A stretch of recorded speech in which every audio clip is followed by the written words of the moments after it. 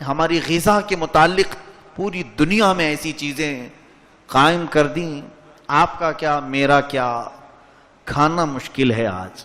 میں اگر بات کروں اور اگر میں اوپن کروں بہت ساری چیزیں تو جینا دشوار ہو جائے گا۔ ہمارے رزق کو انہوں نے اتنا پولائٹ کر دیا، اتنا گندا کر دیا کہ اس کو ہم استعمال نہیں کر سکیں گے۔ آج ہمارا تقوی، ہماری پرہیزگاری اس مقام تک کیوں نہیں پہنچتی، اس کا راز یہی ہے کہ انہوں نے ناکارہ کرنے کی ہر کوشش اپنائی۔ ہمارے چاول، دانے، اناج تک محفوظ نہیں رکھے کہ انہیں اتنی دوائیاں، اتنی کیمیکل مارو کہ زہر لگ جائے۔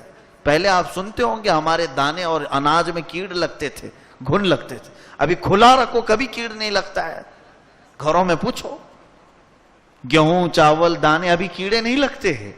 پہلے ہر 8 دن پر عورتیں نکال کر صاف کرتی تھی، دھوپ میں سکھاتی تھی، کتنے جتن کرتے تھے اناج کو بچانے کے لیے۔ اب کیڑ نہیں لگتے۔ کیڑوں کو معلوم ہے زہر کیوں کھائیں گے وہ، یہ تو ہم جیسے ہی کھائیں گے۔ زہر اتنا ہے، کیمیکل اتنا ہے، ان تمام چیزوں میں ڈال کر کے رکھا گیا۔ کسان کو اوریجنل چیز پر باقی رکھنے نہیں دیا گیا۔ ہماری کون سی غذائیں باقی رہ گئی ہیں، حتیٰ کہ ابھی ہم ڈرتے تھے مرغیوں کے سلسلے میں۔ یہ جتنی مرغیاں بکتی ہیں آج، چکن، اس کی ایجاد 1960 میں ہوئی ہے۔ یہ برائلر چکن جو آیا ہے، یہ اوریجنل پہلے کی مرغی نہیں ہے۔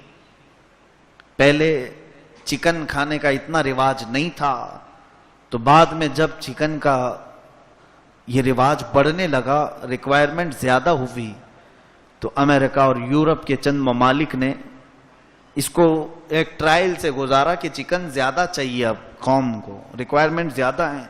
تو انہوں نے ترکی کی ایک مرغی اور ایک کچھ مرغی کے اختلاط سے، ان کی مکسنگ سے یہ برائلر چکن تیار کیا، جس کو تیار کرنے کے بعد اس کے بڑھانے کے لیے ظاہر سی بات ہے ہمارے گھر میں جو مرغی پلتی ہے، اب تو شاید کسی کے گھر میں نہیں ہوگی، بہت کم، وہ تو 6 مہینے کے بعد تو تھوڑا دیکھنے کے قابل ہوتی ہے، سال بھر کے بعد کاٹنے کے قابل ہوتی ہیں کہ کاٹیں تو کچھ گوشت ملے گا۔ اور اگر ہم وہ دیسی مرغیوں کے انتظار میں رہیں تو بہتوں کو تو چکن نہیں ملتا، تو یہاں قوم کو چکن سپلائی کرنا تھا، تو ایسی مرغیاں لاؤ مارکیٹ میں کہ بہت جلدی بڑھیں۔ عقل کا ہم کبھی نہیں استعمال کرتے۔ آپ نے کبھی دیکھا کہ یہ صرف 40 دن میں بڑی ہو کر کے آتی ہیں؟ یہ جو مرغی ہماری مارکیٹ میں پہنچتی ہے، یہ انڈے سے نکل کر مارکیٹ میں پہنچنے تک صرف 40 دن کی ہوتی ہے، اور اتنی بڑی۔ نیچرل کیا یہ چیز ممکن ہو سکتی ہے؟ پاسبل ہے یہ؟ اس کو کیا کیا کر کے بڑھا کیا جاتا ہے۔ ہمارے ایک ساتھی ہیں، وہ بڑے ریسرچ اسکالر ہیں، بہت اچھے۔ انہوں نے اپنی تحقیق پیش کی 1960 میں جب یہ برائلر چکن کو لایا گیا تو اس کے کئی مقاصد تھے۔ انہوں نے جو غذا اس کو کھلانا شروع کیا اس مرغی کو، ایک بات یہ بھی میں بتا دوں، مرغی آپ یہ برائلر چکن خرید کر کے اپنے گھر پہ پالو، 40 دن میں نہیں بڑی ہوگی آپ کے ہاں۔ اس کے پالنے، اس کی فارمنگ ہوتی ہے، پورے طریقے ہیں، اس کا جو فوڈ ہے، اس کا جو کھانا ہے وہی آپ کو کھلانا پڑے گا۔ اس کو جتنی ریکوائرمنٹ ہے اتنے انجیکشن دینے پڑیں گے، وہ ساری فارمنگ سکھائے جاتے ہیں، مرغی فارم والے جانتے ہیں اس کو۔ اس کو جو غذا دی جانے لگی، وہ کون سی غذا ہے میں آپ کو بتاؤں۔ یہ جو چکن ہم نے خود کم کر دیا، ہو سکے تو آپ بھی کم کر دیں، اس کا کچھ نعم البدل اختیار کر لو۔ مجھے اختیار نہیں آپ کے کھانے پینے پر میں روک لگاؤں، لیکن مشورہ ضرور دے سکتا ہوں۔ آپ کا اختیار ہے، آپ عمل کرنا چاہیں کر سکتے ہیں۔ ہاں، اس بات کو سمجھ کے چلیں کہ بعد میں جا کر کے آپ نے یہ نہیں کہنا کہ مفتی صاحب نے چکن کو حرام کہہ دیا ہے۔ حرام میں نہیں کہہ رہا ہوں، آپ کو اس کے مضر اثرات، اس کے نقصان دہ چیزیں بتا رہا ہوں، صرف اس لیے کہ یہ ہمارے خلاف بنائی گئی مرغی ہے، ہمارے خلاف بنائی گئی مرغی ہے۔ اس کو لایا گیا مارکیٹ میں، اور امریکہ میں اور یورپ میں سب سے زیادہ جس چیز کا گوشت کھایا جاتا ہے وہ غلیظ جانور ہے، پورک کا استعمال وہ زیادہ کرتے ہیں، خنزیر کھاتے ہیں۔ تو جب خنزیر کو بھی زیادہ سپلائی کرنا پڑا تو انہوں نے جو غذا بنائی خنزیر کی کہ وہ جلدی بڑا ہونے کے لیے اس کو بھی انجیکشن لگائے جاتے تھے، اور خاص جو غذا کھلائی جاتی تھی، یہ جانوروں کے پیٹ کی اوجھڑیاں سب نکالی جاتی ہیں، انہیں سکھایا جاتا ہے اور سکھا کر کے اس کو پیس کر کے اس کی غذا بنائی جاتی ہے، اور اس میں خنزیر کے پیٹ کا بھی ہوتا ہے، اس کے پیٹ کا بھی، بیلوں کے پیٹ کا، بھینسوں کے پیٹ کا، وہ غذا جو ہے یعنی اوجھڑی اور گندگی جتنی ہے اسے سکھا کر اس میں کچھ کیمیکل بنا کر ملا کر ان جانوروں کو کھلاتے ہیں تو تیزی سے بڑھتے ہیں۔ وہ خنزیروں پر جو انہوں نے ٹرائل کیا تھا وہی غذا اس برائلر چکن کو بھی کھلائی جانے لگی، سیم وہی غذا، وہی فوڈ جو خنزیر کو کھلا کر فارمنگ کی جاتی۔ یہ آتھینٹک چیز میں بتا رہا ہوں آپ، یہ جو برائلر چکن کا فیڈ یا اس کا کھانا ہے یہ سب پورا جو ہے وہی بنا کر کے وہ جڑیوں کو سکھا کر انہیں کھلایا جاتا ہے، یہ کھلائیں گے تبھی بڑی ہوں گی۔ اچھا چلیے وہ کھا کر کے کچھ بھی کھا کر کے بڑی ہو، ہمیں اس سے مطلب نہیں، ہماری دیسی مرغیاں تو کیچڑ بھی کھا لیتی ہیں، کچھ بھی، کوئی اگر مجھ سے یہ کہے مجھے اس کے کھانے پر اعتراض نہیں، لیکن جب اس کے اثرات جسم پر کیا پڑتے ہیں یہ دیکھا گیا۔ میں میرے ساتھی کے بارے میں جو بتا رہا ہوں انہوں نے اپنی تحقیق پیش کی کہ اس مرغی کے جو اثرات ہیں، جسمانی صحت تو خراب کرنی ہی کرنی ہے اس کو، جسم، بہت سارے لوگوں کو جسم پہ آ رہا ہے، ان کے لیے یہ بات ہے کہ ہارٹ، بلڈ پریشر، یہ تمام بیماریاں چکن سے سب سے زیادہ آ سکتی ہیں۔ یہ برائلر چکن جو 40 دن میں ہمارے گھر میں آئی ہے، اس سے بیماریاں تو ہے ہی ہیں، لیکن جو مجھے لگی بات، ایسی بیماریاں جب پہلی مرتبہ انہوں نے مجھ سے یہ کہا کہ حضرت یہ بہت بیماریاں ہیں، کہا ہم کون سی صحت مند غذا کھا رہے ہیں، ہمارا چاول بھی پاک نہیں آتا، سب بیماریاں کھا رہے ہیں تو یہ ایک بیماری کھا لیں گے کیا ہے؟ کہا نہیں، مجھے ڈر اس وقت لگا جب انہوں نے اس کا دوسرا نیگیٹو اثر کیا بتایا، کہا کہ ہم نے یہ بھی دیکھا کہ اس چکن کے استعمال کرنے سے انسان کے اندر خاص طور پر جو روحانی اثر آتا ہے وہ یہ ہے کہ اس کے اندر شہوتیں بہت زیادہ بڑھتی ہیں، خاص طور پر ہومو سیکسول زیادہ بڑھتا ہے، ہومو سیکسول، ہم جنس پرستی، مرد کا مرد سے خواہش پوری کرنے کی خواہش، عورت کا عورت کے سے، گے اور لیزبین کی کثرت اسی چکن کی بنیاد پر آئی۔ اس دن سے مجھے ڈر لگنے لگا کہ اگر کہا جاتا کہ بیماریاں ہیں تو ہم تو سنتے ہی آ رہے ہیں کہ اناج میں بیماری، اس میں بیماری، اس میں چکن میں بھی ہوگی اور 2 بیماریاں ساتھ لے لیں گے، لیکن جہاں یہ اخلاق کی تباہی سامنے آئی ڈر لگنے لگا کہ اس کو جو غذا کھلا کر کے بڑا کیا جا رہا ہے، اس چکن کو جو غذا کھلا کر کے بڑا کیا جا رہا ہے، اس کے گوشت میں یہ تاثیر ہے کہ کھانے والے جنسی شہوت کے بہت بڑے پجاری بن جاتے ہیں، ایسے کہ وہ کنٹرول نہیں کر پاتے۔ اور جنسی خواہش 2 طرح کی ہوتی ہے، ایک نیچرل ہے مرد کا عورت کی خواہش کرنا، اور ایک غیر نیچرل ہے مرد کی خواہش کرے، عورت کی خواہش کرے، اور یہ آج کی دنیا میں کثرت سے دیکھنے کو مل رہا ہے۔ کیا آج یہ نہیں ہے؟ آج کئی ملک کی پارلیمنٹ میں آواز اٹھائی جا رہی ہے کہ گے اور لیزبین کو قانونی اختیار دیا جائے، قانونی حیثیت دی جائے۔ اور ہالینڈ ایک ایسا ملک ہے جہاں اگر لڑکا لڑکے سے شادی کرے تو وہ سٹیزن شپ دے دیتے ہیں، ویزا ایشو کرتے ہیں، ان کو چاہیے یہ سارے خسرے وہاں جا کر کے جمع ہو جائیں، سارے خسرے ہی کہتے ہیں ان کو جو نامرد ہوتے ہیں، ان لوگوں کا ملک بن جائے۔ میرے عزیزو، یہ کیوں بنائی گئی آج مجھے سمجھ میں آیا۔ اللہ تعالیٰ نے ان کے مکر اور ان کے دجل اور ان کے فریب سے بچانے کے لیے ہمیں آیت بار بار یہ پڑھائی ہم کو، ورنہ یوں ہی ہر رکعت میں ہی مولا یہ نہیں کہلواتا ہم سے غیر المغضوب علیہم ولا الضالین، اے اللہ ہم کو یہودیوں اور عیسائیوں کے راستے پر نہ چلا۔ حضرت ابو منصور عبد القاہر بغدادی رضی اللہ تعالیٰ عنہ ایک بزرگ گزرے ہیں، بہت پائے کے بزرگ، غوث پاک رضی اللہ تعالیٰ عنہ کے زمانے کے بزرگ، شیخ عبد القاہر بغدادی، ان کی لکھی ہوئی کتابیں بھی، انہوں نے بہت ساری پیشین گوئیاں کی ہیں. پیشین گوئیاں مطلب بعد میں آنے والے حالات کو، فیوچرز کے بارے میں جو بتایا جاتا ہے، پریڈیکیشن جس کو کہتے ہیں.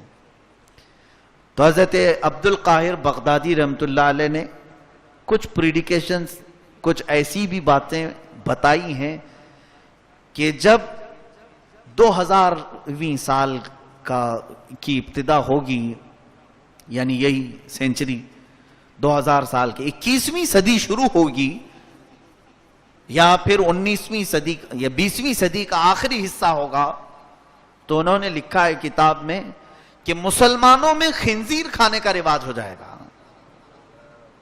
تو شروع میں علماء نے اس کو ریجیکٹ کیا، یہ بات سمجھ میں نہیں آتی، کیوں مسلمان بھلا خنزیر کھائے گا؟ ابھی پاکستان کے چند علماء نے اس کتاب کو پھر سے دوبارہ سامنے لائے اور کہا کہ حضرت عبد القاہر بغدادی رحمۃ اللہ علیہ نے جو فرمایا تھا کہ 20ویں صدی کے بعد مسلمانوں میں خنزیر کا رواج آ جائے گا، اگرچہ اوریجنل خنزیر نہیں کھاتے لیکن اس کے پیٹ کی غذا کھا کر بڑی ہوئی چکن جو کھاتے ہیں، شاید اسی کی طرف ان کا اشارہ رہا ہوگا، اسی کی طرف ان کا اشارہ رہا ہوگا. اور ہمارے ایک بزرگ نے بہت پیاری مثال بیان فرمائی، علامہ احمد یار خان نعیمی رحمۃ اللہ علیہ، کہ ان مرغیوں کے کھانے کی وجہ سے جو ہماری آج حالت بنی ہے، کوئی آپ یہ مت سمجھیں کہ پورا میٹر مرغی کے خلاف ہو گئے ہیں. کچھ تو بات ہے جو کہہ رہا ہوں، کوئی تو بات ہے. مجھے ایسا نہیں ہے کہ میں چکن نہیں کھاتا، میں بھی کھاتا ہوں. اللہ مجھے بھی عمل کی توفیق عطا کرے، آپ کو بھی. جتنا ہو سکے ہم چھوڑ سکیں، جتنا ہو سکے اوائڈ کریں. یہ نہیں ہے کہ ایک ساتھ ہم اپنے معاشرے سے نکال دیں، ایسا مشکل ہے، لیکن جب اس کے مضر اثرات ہمارے سامنے آئے، دیکھیے آپ کو ڈاکٹر، اچھا والا جو ڈاکٹر ہے وہ پہلے یہ بتائے گا کوشش کرو کہ دوائی استعمال نہ ہو، پرہیز ہی پہ رہو. ہوتا ہے کہ نہیں؟ زیادہ سے زیادہ کوشش یہ کرو کہ پرہیز کرو، دوائی استعمال کرنے سے بہتر ہے. یہی بات میں بھی کہہ رہا ہوں، آپ سے یہی میں گزارش کر رہا ہوں کہ وہ وقت نہ آنے پائے کہ اس کی خراب اثرات ہمارے جسموں پر آئے. علامہ احمد یار خان نعیمی رحمۃ اللہ علیہ نے بڑی پیاری بات فرمائی جو لگتی ہوئی ہے. ان دیسی مرغیوں میں اور یہ فارم مرغیوں میں بڑا فرق ہے. ان کی عادتیں کھانے کی وجہ سے ہمارے اندر آئی بھی ویسی ہیں. اس کی بری عادتیں میں بتاؤں، یہ برائلر چکن کی بہت بری عادت، دیسی مرغی میں ایسی نہیں ہوتی ہے لیکن اس کے اندر بہت بری عادت. پہلی عادت تو یہ ہے کہ یہ کبھی بھی اپنا ڈیفینس کرتی نہیں ہے. اس کو آسانی سے کوئی بھی پکڑ سکتا ہے، ہوتا ہے نہیں. اور دیسی مرغی دوڑا دوڑا کے تھکا دے گی آپ کو، نہیں ملتی، ہاتھ میں آتی نہیں. اور یہ جو فارم مرغی ہے تھوڑی دیر کک کک کک کرے اور اس ہاتھ میں آ جائے، یہ زیادہ اپنا ڈیفینس نہیں کرتی. ایک اس کی بری عادت یہ ہے، کوئی پکڑے پہلے اپنا بھی ڈیفینس نہیں کرتی اور دوسری مرغی کو کوئی پکڑ رہا ہے تو اسے بھی کچھ نہیں کرتی، کچھ نہیں کرتی. دیسی مرغی میں یہ ہے کہ اس کے بچوں کو پکڑنے جاؤ تو ٹھونک مارے گی، وہ بچاتی ہے اپنے بچوں کو. اس کی بری عادتوں میں یہ بڑے بزرگ نے لکھا ہے. کیوں؟ اس لیے کہ جو جس چیز کو زیادہ کھاتا ہے اس کی عادتیں اس کے اندر آتی ہیں، اس کے اندر آتی ہیں. ہاں اسی لیے آپ دیکھیں یہ یورپ والے، امریکہ والے خنزیر زیادہ کھاتے ہیں اور خنزیر غلیظ ہوتا ہے، یہ غلیظ کام زیادہ کرتے ہیں، زیادہ کرتے ہیں. شہوت ان کے اندر زیادہ ہے، ہر طرح کی گندگی کر جاتے ہیں، بے حیا ہیں. اس کی وجہ یہ ہے کہ خنزیر سب سے زیادہ بے حیا جانور ہے، اس کے اثرات ان کے اندر ہیں. جو قوم جس چیز کو کھاتی ہے اس کا زیادہ اثر اس کے اندر آتا ہے.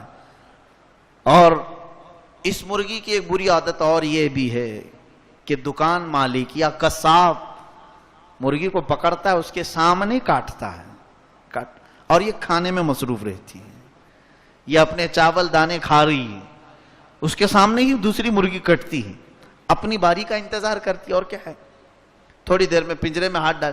بہت ساری دکانوں پہ تو میں نے دیکھا پنجرے میں بھی نہیں رکھتے، وہ نیچے ہی چھوڑ دیتے ہیں. کہاں بھاگے گی؟ کہیں نہیں جاتی ہو. سامنے کٹتے ہوئے دیکھتی ہے، وہ کبھی نہیں کچھ کرتی۔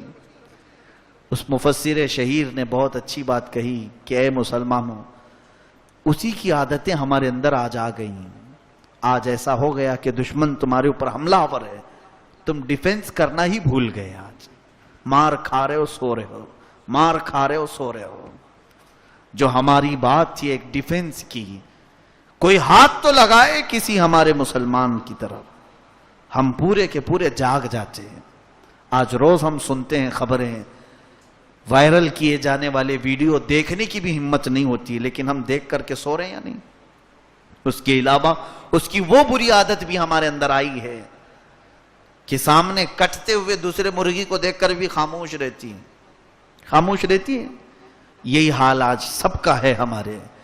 ایک مسلمان سامنے کاٹا جا رہا ہے، ہم کھانے میں مصروف ہیں۔ اسی برائلر چکن کا ہی اثر ہے کہ سب یہاں پر فارم مرغیاں بن گئے۔ ہماری حالت آج فارم مرغی کی طرح ہے کہ ہم سب دیکھ رہے ہیں، اس کے باوجود خاموش کھانے پینے میں مصروف ہیں۔ ہماری آوازیں بند ہو گئیں۔ آج ممبر سے نہیں بولا جا رہا، آج ڈر ہے سب کو، علماء کو ڈرایا گیا۔ ہمارے بڑے قائد جو کہلائے جاتے تھے وہ اب چپ ہو گئے، خاموش ہیں، کسی بات پر نہ بول۔ کسی کونے میں کوئی ایک پکارتا ہے، مثال کے طور پر میں ایک فقیر یہاں سے اگر پکاروں تو ہماری حالت وہی ہے۔ نکار خانے میں طوطے کی آواز کتنی ہے، بڑے بڑے ڈھول بج رہے ہوں، ایک طوطا پکارے تو اس کی آواز کہاں جائے گی؟ ہماری آج پوزیشن یہ ہے۔ مسلمانوں، آج آپ اپنا ڈیفنس سیکھو، آپ اپنے اوپر آنے والی مصیبت کو ایکسپٹ نہ کرو۔ اسی لیے سید الشہداء امام حسین شہید کربلا رضی اللہ تعالیٰ عنہ نے بہت بڑا میسج ہمیں دیا تھا۔ انہوں نے فرمایا تھا کہ میرے نزدیک ظالم شخص وہ ہے، ظلم کرنے والے کو آپ نے کہا کہ وہ تو ظالم ہے ہی، لیکن امام حسین فرماتے ہیں اس سے بڑا ظالم میرے نزدیک وہ ہے جو ظلم کو سہ کر کے خاموش بیٹھتا ہے۔ ظالم کی مار کھا کر خاموش بیٹھتا ہے، آواز نہیں کرتا، میرے نزدیک وہ اصلی ظالم ہے کہ اس نے پوری قوم کی غیرت کو مار دیا ہے۔ یہ کے بعد دیگرے سب خاموش ہو جائیں گے۔ یہ ساری مرغیوں کو آج دبا دیا گیا ہے۔ جو قصاب ہمارے اوپر بیٹھے ہیں، یہ کے بعد دیگرے سب پر چھری چلانے کا ارادہ ہے، اور ہم سب خاموشی سے اپنی باری کا انتظار کر رہے ہیں۔ سب جگہ یہی سناٹا طاری ہے، ہم باریوں کا انتظار کر رہے ہیں، ڈرے سہمے ہیں۔ یہ ماحول کیوں پیدا ہوا؟ یہی انہوں نے بنا کر کے رکھا ہے اس طرح سے۔ اٹھو وگرنہ حشر نہ ہوگا پھر کبھی، دوڑو کہ زمانہ چال اپنی چل گیا۔